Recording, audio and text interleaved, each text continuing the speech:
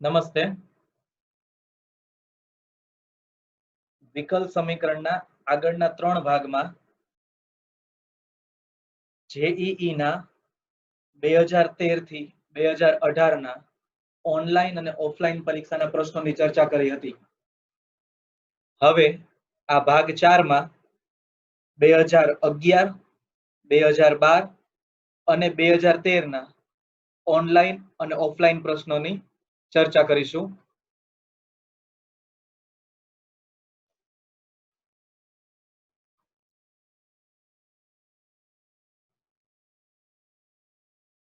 પ્રશ્ન નંબર 20, જેની અક્ષ x અક્ષ હોય અને શીર્ષ ઉગમ બિંદુ હોય તેવા પર્વલય પરના કોઈ પણ બિંદુ p આગળના સ્પર્શકનો ઢાળ એ બિંદુ p ના y યામના વ્યસ્ત પ્રમાણમાં છે. આ વિધાન 1 છે. વિધાન 2, પર્વલય સમુદાય y² બરાબર 4ax ના વિકલ સમીકરણની કક્ષા 1 અને પરિમાણ 1 છે. આ પ્રશ્ન જે છે એ એક્સર્શન અને રીઝન પ્રકારનો છે. એટલે કે વિધાન 1 અને વિધાન 2 ની આપણે સત્યાર્થતા ચકાસવી પડે અને ત્યારબાદ 4 ઓપ્શનમાંથી યોગ્ય વિકલ્પ આપણે પસંદ કરવાનો છે.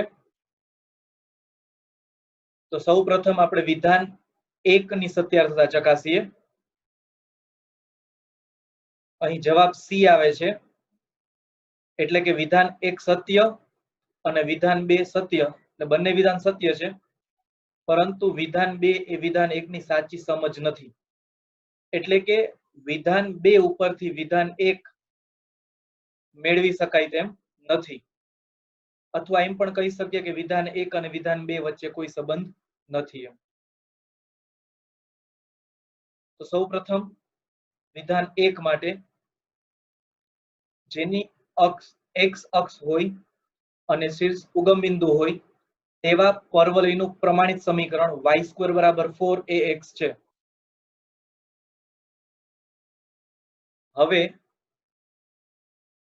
સ્પર્શકનો ઢાળ એટલે કે dy/dx શોધવાનું છે. તો x પ્રત્યે વિકલન લેતા y² બરાબર 4ax નું x પ્રત્યે વિકલન લેતા ડાબી બાજુ 2y into dy/dx બરાબર 4a અચળ છે અને x નું વિકલન 1 થાય,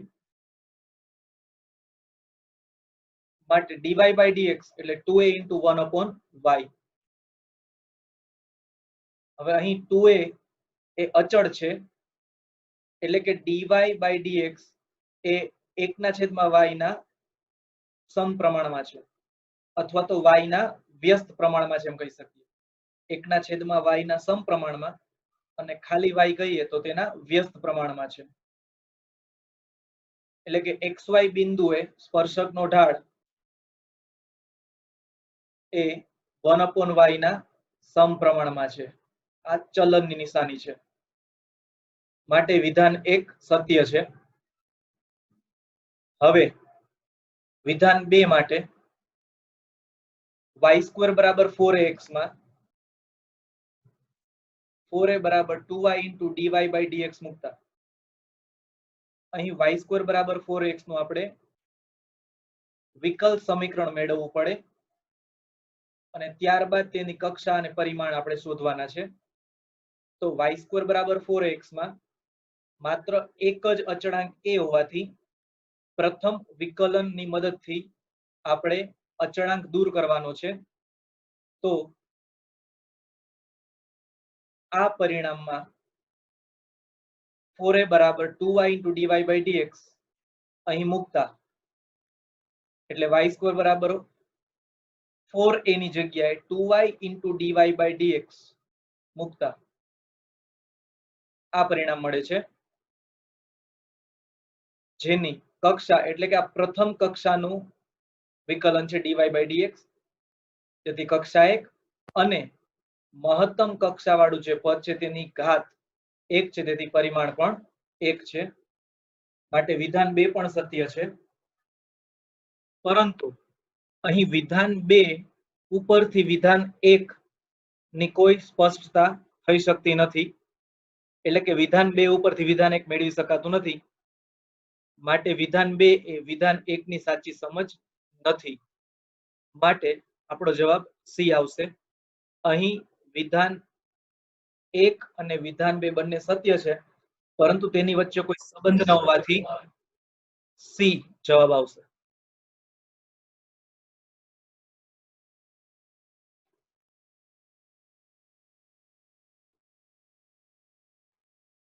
પ્રશ્ન નંબર 21. એક ઔદ્યોગિક ફર્મની હાલની ઉત્પાદન ક્ષમતા 2000 વસ્તુઓની છે. જો કામદારોની સંખ્યામાં થતા વધારાને x વડે દર્શાવવામાં આવે તો ઉત્પાદન p નો x ની સાપેક્ષ બદલાવવાનો દર dp/dx બરાબર 100 - 12 √x છે. જો ફર્મ દ્વારા કામદારોની સંખ્યામાં 25 વધારો કરવામાં આવે તો નવી ઉત્પાદન ક્ષમતા શું થાય?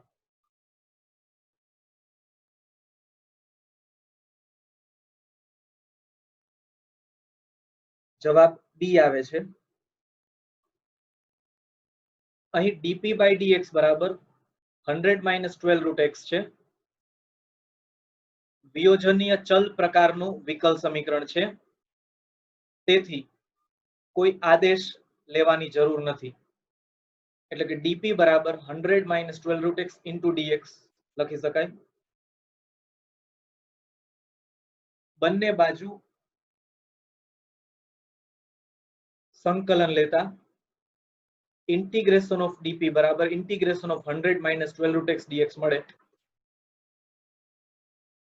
dp નું સંકલન p બરાબર 100x - 12x^3/2/3/2 પરથી -8x^3/2 + c મળે.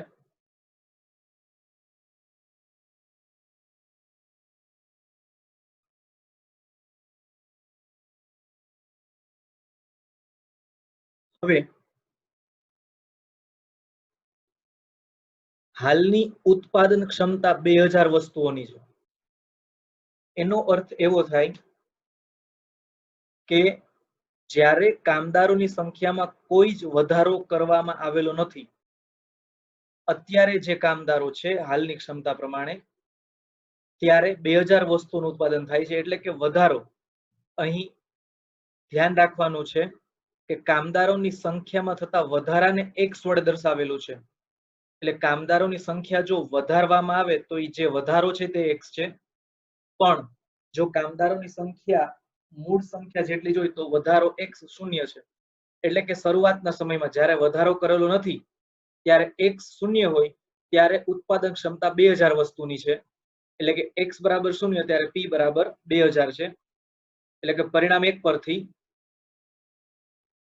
x બરાબર 0 અને p બરાબર 2000 લેતા c બરાબર 2000 મળે. એટલે સમીકરણ 1 માં c બરાબર 2000 લેતા આ સમીકરણ 2 મળે છે.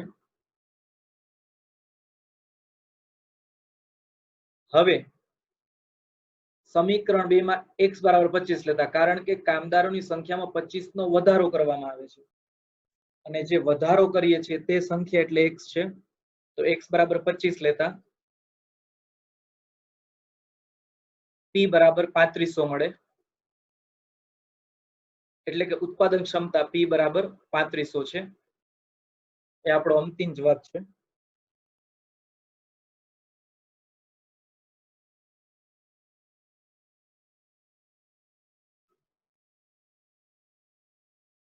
પ્રશ્ન નંબર 22. t સમયે ઉંદરોના એક નિદર્શની વસ્તી p of t છે, જે d/dt of p of t બરાબર 0.5 p of t - 450 નું સમાધાન કરે છે. જો p of 0 બરાબર 850 હોય તો કયા સમયે નિદર્શની વસ્તી 0 થશે?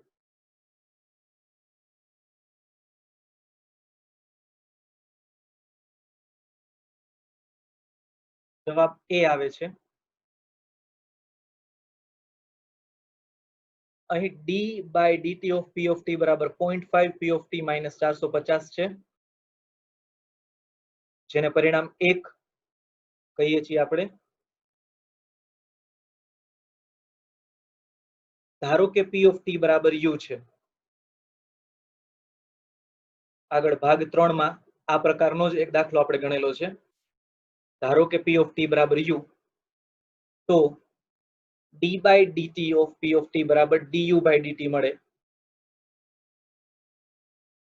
માટે પરિણામ 1 ને આ રીતે અલગ સ્વરૂપમાં લખી શકાય.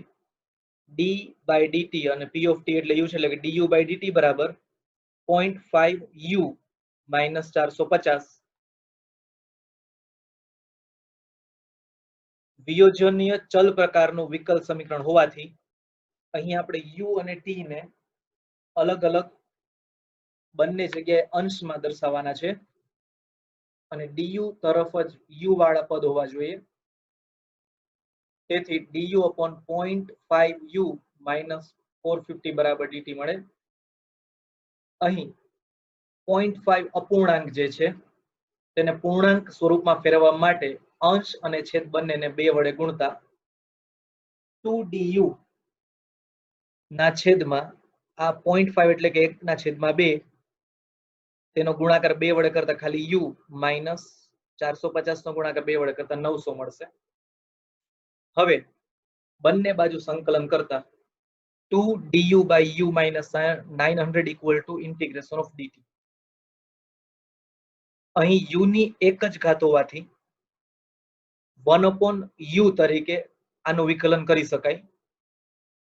2 log mod u minus 900 equal to t plus c. આ પરિણામ 2 છે.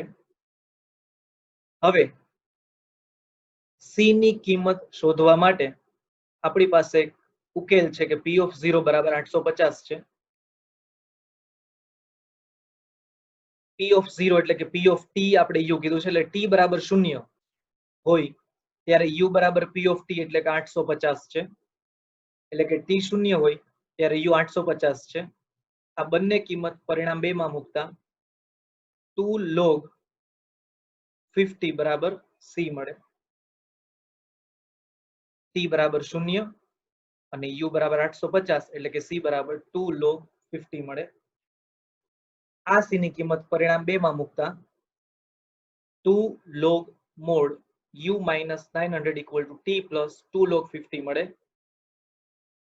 હવે કયા સમયે નિદર્શની વસ્તી શૂન્ય થશે, એટલે કે અહીં નિદર્શની વસ્તી એટલે કે p of t એટલે કે u છે, એટલે કે u શૂન્ય છે ત્યારે આપણે t નું મૂલ્ય શોધવાનું છે.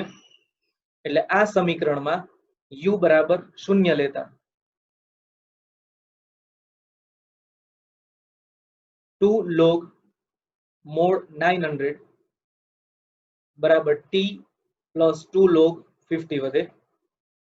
એટલે કે t બરાબર 2 log 900 by 50 એટલે કે t બરાબર 2 log 18 મળે. અને અહીં આધાર e હોવાથી ln તરીકે વ્યક્ત કરી શકાય, એટલે કે t બરાબર 2 નેચરલ લોગેરિધમ 18 એટલે કે આપણો જવાબ a છે.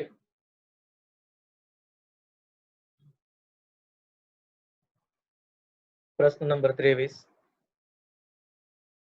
ધારો કે વિકલ સમીકરણ y² dx plus x minus 1/y dy બરાબર 0 આપેલ છે. જો y of 1 બરાબર 1 હોય તો x નું મૂલ્ય શોધો.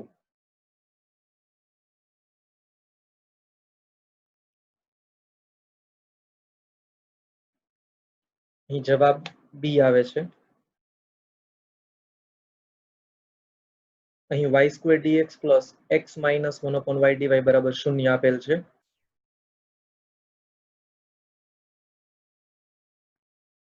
માટે y² dx upon dy બરાબર 1/y minus x એટલે કે dx upon dy બરાબર 1/y³ minus 1/y² into x. એટલે આપેલ વિકલ સમીકરણમાંથી dx by dy ને કરતા બનાવતા આપણને આ પરિણામ મળે છે. હવે dx upon dy plus 1 upon y square into x બરાબર 1 upon y cube જે સુરેખ વિકલ સમીકરણ છે, પરંતુ સામાન્ય રીતે સુરેખ વિકલ સમીકરણ dy upon dx p of x into y હોય છે, જ્યારે અહીંયા dx upon dy plus 1 upon y square into x છે, એટલે કે સુરેખ વિકલ સમીકરણ એ dx upon dy plus p of y into x બરાબર q of y સ્વરૂપમાં છે. સામાન્ય રીતે dy by dx માં p of x into y હોય છે બરાબર q of x હોય છે, પરંતુ અહીં dx upon dy છે, તેથી dx upon dy plus p of y into x બરાબર q of y સ્વરૂપમાં છે. અનુરૂપ પદની સરખામણી કરતા p of y બરાબર 1 upon y square મળે અને q of y બરાબર 1 upon y cube મળે છે. હવે સુરેખ વિકલ સમીકરણના ઉકેલ મેળવવા માટે આપણે ઇન્ટિગ્રેટિંગ ફેક્ટર એટલે કે સંકલ્યકારક અવયવ શોધવો પડે. તેના સૂત્ર પ્રમાણે e raised to integration of py dy પ્રમાણે સંકલ્યકારક અવયવ 1/e raised to 1 upon y મળે છે. પરિણામ 1 કહેતા. હવે સંકલ્યકારક અવયવ મળી જાય એટલે કે ઇન્ટિગ્રેટિંગ ફેક્ટર મળી જાય ત્યારબાદ સુરેખ વિકલ સમીકરણનો વ્યાપક ઉકેલ x ગુણ્યા ઇન્ટિગ્રેટિંગ ફેક્ટર બરાબર integration of q of y into integrating factor dy મળે. સામાન્ય રીતે y ઇન્ટુ ઇન્ટિગ્રેટિંગ ફેક્ટર હોય છે, પરંતુ અહીં x આવશે કારણ કે dx upon dy સ્વરૂપ છે. x ઇન્ટુ ઇન્ટિગ્રેટિંગ ફેક્ટર એટલે 1 upon e raised to 1 upon y છે, તેથી અહીં છેદમાં આવશે બરાબર integration of q of y એટલે 1 upon y cube into integrating factor એટલે 1 upon e raised to 1 upon y dy છે.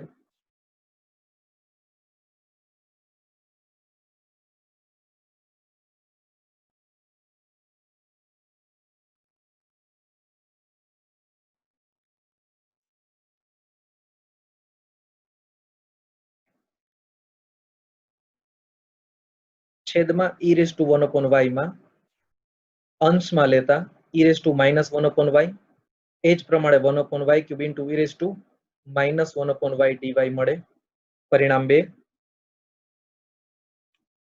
હવે -1 upon y બરાબર t લેતા 1 upon y square dy બરાબર dt મળે.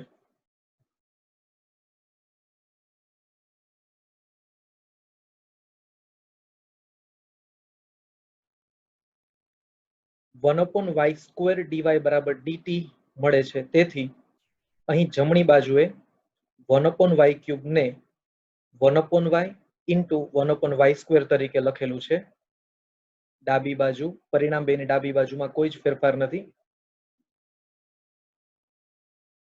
હવે કિંમત t મૂકતા એટલે x ગુણ્યા e raised to t કારણ કે -1 upon y બરાબર t છે બરાબર ઇન્ટિગ્રેશન ઓફ -t અહીં 1 upon y છે એટલે 1 upon y એટલે -t e raised to t dt મળે. હવે એક ઉમેરી અને એક બાદ કરતા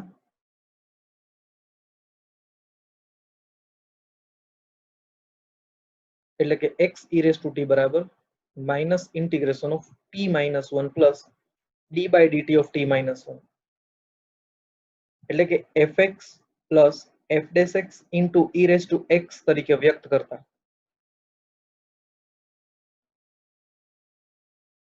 જવાબ fx into e raised to x પરથી t -1 into e raised to t plus c મળે. t બરાબર -1 upon y કિંમત મૂકતા એટલે x e raised to -1 upon y કૌંસમાં 1 plus 1 upon y e raised to -1 upon y plus c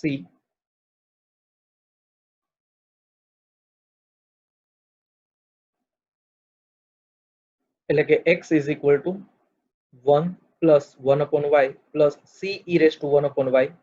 પરિણામ 3. હવે x of 1 બરાબર y of 1 બરાબર 1 આપેલ છે, એટલે કે x બરાબર 1 હોય ત્યારે y બરાબર 1 છે. પરિણામ 3 માં આ કિંમત મૂકતા c બરાબર -1/e મળે છે. આ કિંમત પરિણામ 3 માં મૂકતા x બરાબર 1 + 1/y -e⁻1/y/e મળે છે. એટલે કે x બરાબર 1 + 1/y -e⁻1/y/e. આ આપણો અંતિમ જવાબ છે. પ્રશ્ન નંબર 24. એક સાધનની ખરીદ કિંમત i છે અને તે સાધનનો t વર્ષ ઉપયોગ કર્યા પછી તેની કિંમત v of t છે અને v of t માં એટલે કે ઉપયોગ કર્યા પછી કિંમત જે ઘટે છે એ ઘટાડાનો દર d/dt of v of t છે અને તેનું મૂલ્ય -k કૌંસમાં કેપિટલ T - સ્મોલ t જેટલું છે, જ્યાં k ધન છે અને જે અચળાંક છે અને કેપિટલ T એ સાધનનો કુલ ઉપયોગિતા સમય છે, કેટલા વર્ષ સુધી તેનો ઉપયોગ કરેલો છે તે વર્ષમાં દર્શાવે છે. તો સાધનની ભંગાર કિંમત કઈ હશે? એટલે કે કેપિટલ T સમય પછી તેની કિંમત કેટલી હશે તે શોધવાનું છે. અહીં જવાબ બી આવે છે. વિકલ સમીકરણ d/dt of vt બરાબર -k ગુણ્યા કેપિટલ T - સ્મોલ t આપેલ છે.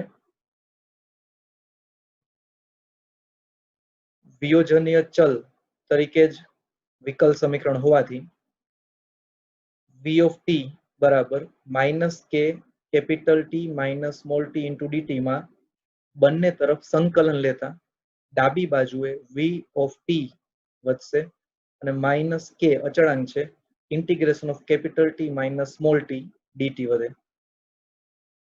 હવે -k માં સ્મોલ t પ્રત્યે સંકલન હોવાથી કેપિટલ T અચળાંક ગણાશે અને તેનું વિકલન capital T into small t થાય, જ્યારે t નું સંકલન t²/2 મળે પ્લસ c. પરિણામ 1.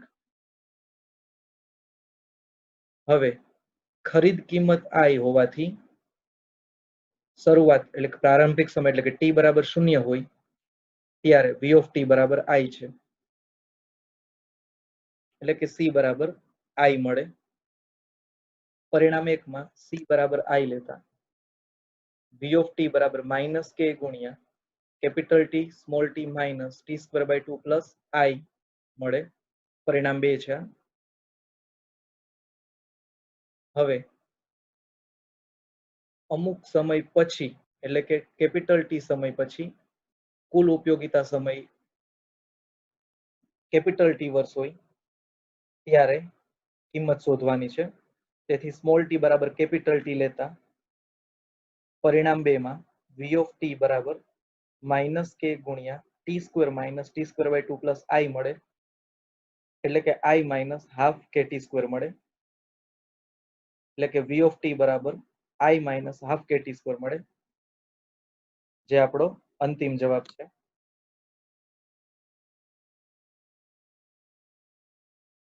પ્રશ્ન નંબર 25. જો dy/dx બરાબર y + 3 > 0 હોય અને y of 0 બરાબર 2 હોય તો y of log 2 બરાબર શું થાય તે મૂલ્ય શોધવાનું છે. y of 0 બરાબર 2 એટલે કે x બરાબર 0 મૂકીએ ત્યારે y બરાબર 2 છે. સૌપ્રથમ આપેલ વિકલ સમીકરણ પરથી આપણે વક્રનું સમીકરણ મેળવીએ અને તેમાં x બરાબર 0 લેવાથી y બરાબર 2 મળે છે. તે માહિતી ઉપરથી આપણને અચળાંક c મળશે અને ત્યારબાદ એ જ વક્રમાં y of log 2 એટલે કે x બરાબર log 2 મૂકીએ ત્યારે y ની કિંમત શોધવાની છે. અહીં y of log 2 છે, આ y ગુણ્યા log 2 એવું નથી. અહીં જવાબ બી આવે છે. આપેલ વિકલ સમીકરણ એ વિયોજનીય ચલ પ્રકારનું છે તેથી dy upon y plus 3 બરાબર dx બંને બાજુ સંકલન કરતા integration of dy upon y plus 3 બરાબર ઇન્ટિગ્રેશન ઓફ dx મળે. હવે અહીં y ની એક ઘાત હોવાથી 1 upon y plus 3 નું સંકલન log mod y plus 3 બરાબર અહીં 1 નું સંકલન x plus c મળે. હવે સમીકરણ 1 માં y of 2 બરાબર y of 0 બરાબર 2 આપેલ છે, તેથી સમીકરણ 1 માં x બરાબર 0 અને y બરાબર 2 લેતા c બરાબર log 5 મળે. આ કિંમત પરિણામ 1 માં મૂકતા log mod y plus 3 બરાબર x plus log 5 મળે. પરિણામ 2 છે. હવે આ કોઈ એક વક્રનું સમીકરણ હશે. હવે y of log 2 છે એટલે કે x બરાબર log 2 જો લઈએ તો y નું મૂલ્ય શું છે તે શોધવાનું છે. તેથી આ સમીકરણ 2 માં x બરાબર log 2 લેતા